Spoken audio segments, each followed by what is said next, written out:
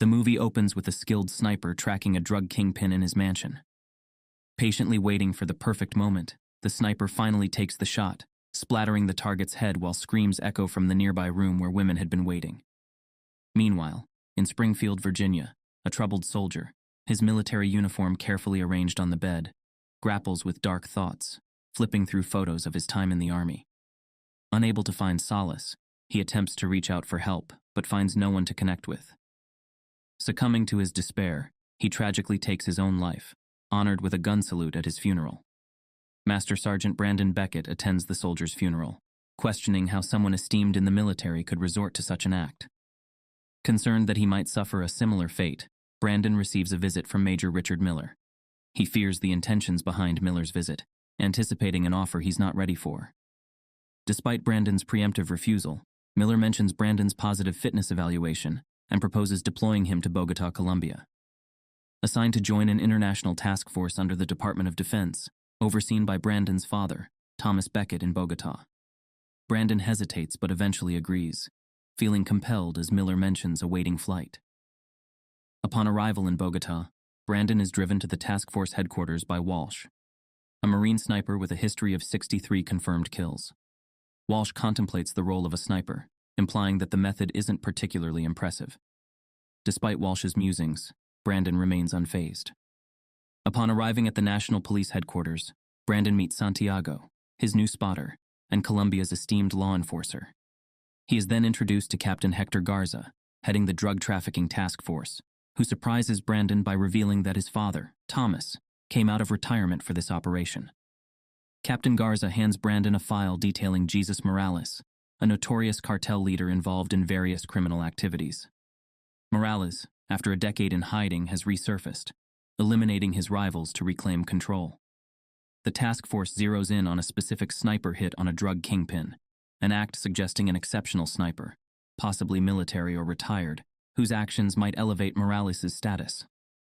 The task force gathers intel on Morales' suspected hideout, planning a mission under Brandon's vigilant oversight to counter the sniper. However, DEA agent Kate Estrada arrives, irked that the meeting started without her. Tasked with leading the mission against Morales, Kate abruptly moves the operation a day earlier, disregarding Brandon's need for reconnaissance and preparation. Kate insists on capturing or eliminating Morales the next day, prompting a discussion between her and Brandon. She seeks assurance of Brandon's capability to watch her back during the critical mission scheduled for the following day. Brandon and Santiago, concealed in full camouflage, meticulously survey the area, concerned about the challenge of spotting their elusive sniper in the wide open space. Meanwhile, Kate, Captain Garza, and the tactical team, outfitted in full gear, obtain satellite imagery of Morales' residence.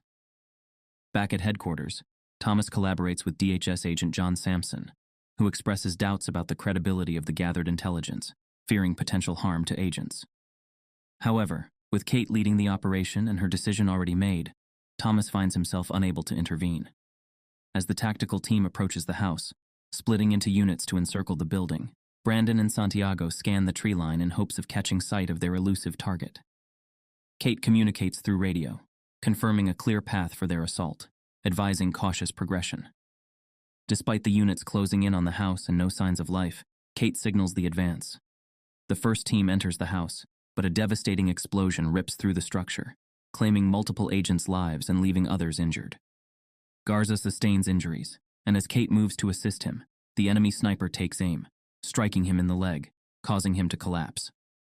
Brandon begins searching, and Kate, determined, rushes to aid Garza. Suddenly, the enemy sniper takes another shot that twists mid-air, tearing Garza's face apart in a gruesome display. Santiago quickly identifies the sniper's location, prompting Brandon to take a shot, nearly hitting the sniper and forcing him to flee. Rushing to aid Kate, who's in shock, Santiago communicates Garza's tragic demise over the radios. Back at headquarters, Agent Sampson presses for answers regarding the operation's failure. Kate acknowledges it as a setup, suspecting a mole within the police force. Thomas alerts the team that the sniper poses a significant threat, indicating his professionalism. Brandon deduces that the sniper's actual target was Kate, and Garza unintentionally interfered. Amid discussions, Sampson suggests withdrawing from the Morales operation due to its heightened danger. However, Kate expresses frustration at the potential loss of her hard-earned progress. Brandon requests an additional 48 hours to pursue Morales and the sniper. Thomas consents to the extension after the meeting, cautioning Brandon to remain vigilant as the sniper appears to have comprehensive knowledge about him. Reflecting on his father's sudden return from retirement, Brandon queries why Thomas made that decision. Thomas confides that the Marine Corps defined his life, and transitioning into civilian life proved overwhelmingly challenging for him. The team relocates operations to a safe house, where Brandon expresses concern to Walsh about their vulnerability to a sniper attack. However, Walsh remains confident in their safety. Meanwhile, a sniper known as El Diablo receives a call, obtaining information about Kate's whereabouts at the safe house, alongside the American sniper, Brandon. At the safe house, Brandon reviews the file of the soldier who tragically took his own life. Kate visits him to express gratitude for his support and shared determination to pursue Morales. Seeking guidance on coping with the loss of a comrade, Kate looks to Brandon for advice. He encourages her to focus on the positive impact she's making. Discussing Garza's death, Kate expresses concern over the seemingly impossible shot that killed him, considering the sniper's position. Despite Kate's relentless pursuit of Morales, Brandon cautions her about the dangers of fixating solely on that goal, warning that such tunnel vision could result in further casualties. Kate, angered by the discussion, storms out of the room. In the elevator, overwhelmed with emotions, she breaks down in tears, haunted by the tragedy of that night. Meanwhile, Brandon searches for information on precision-guided projectiles, communicating with Santiago, stationed on the roof, to remain vigilant. Heading to a bar, Kate encounters two individuals attempting to engage her in conversation, but she swiftly neutralizes one of them.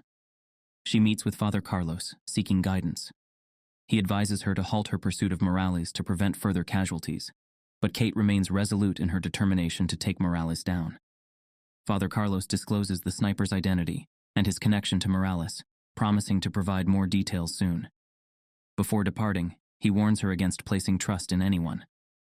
Back at the safe house, Santiago alerts Brandon about suspicious activity. Brandon rushes to the roof, armed with his rifle, following Santiago's directions.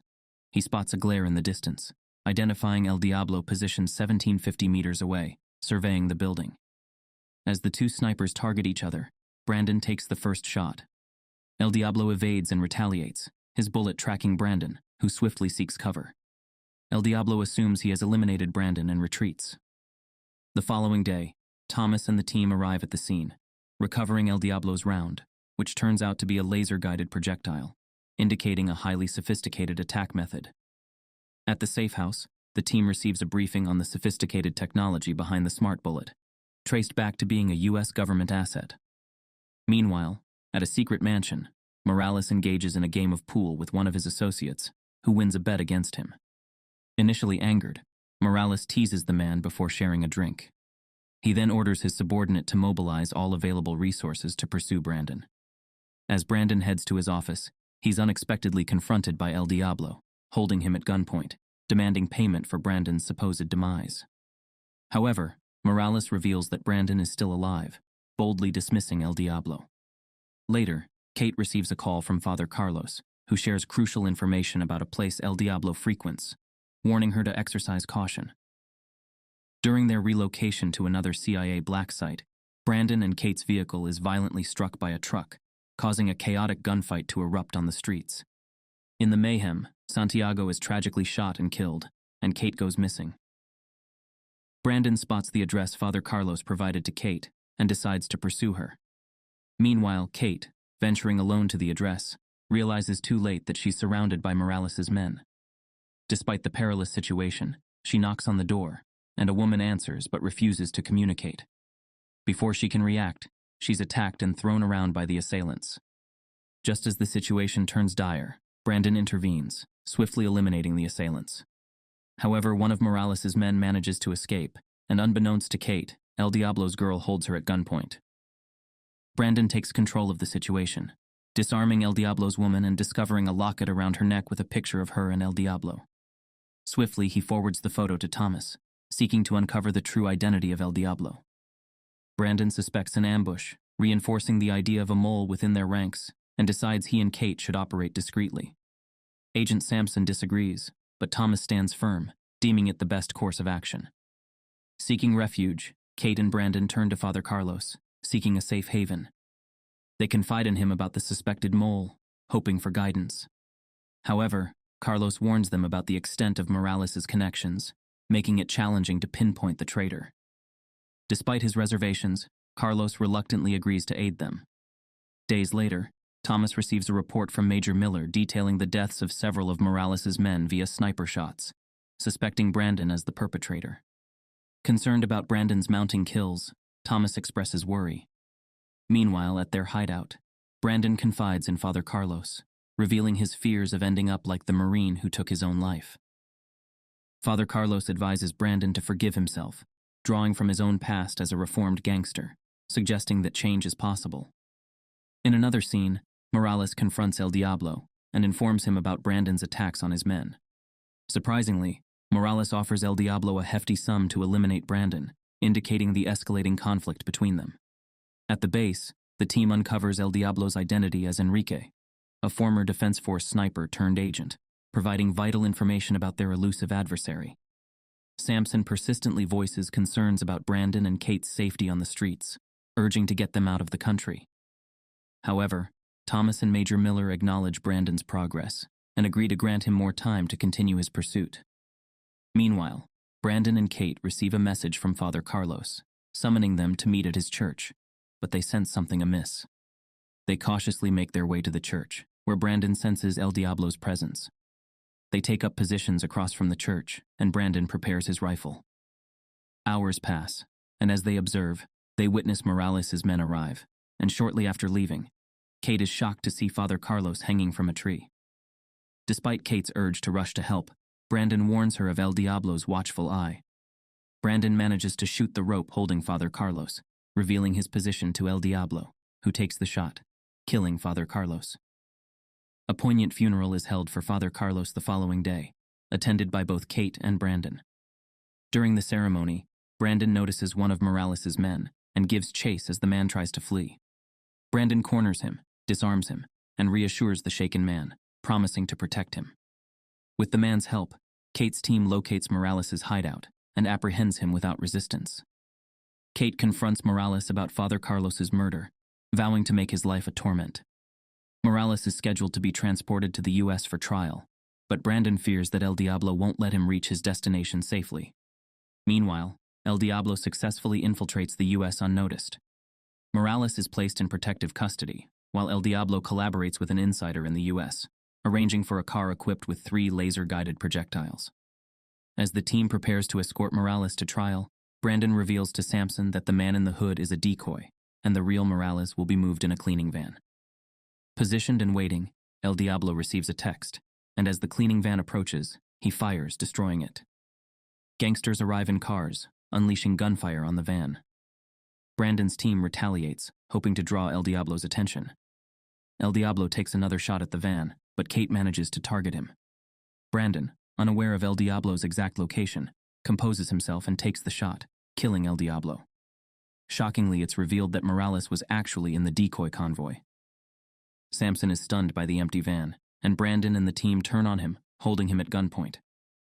Sampson confesses that they struck a deal with Morales to prevent a dirty bomb from crossing the border, providing him with weapons but never intending for the weapons to be used against their own people. Kate, furious, punches Sampson in the face.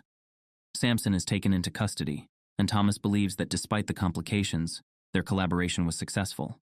Thomas plans to retire and go back to fishing, bidding an emotional farewell to Brandon as he walks away.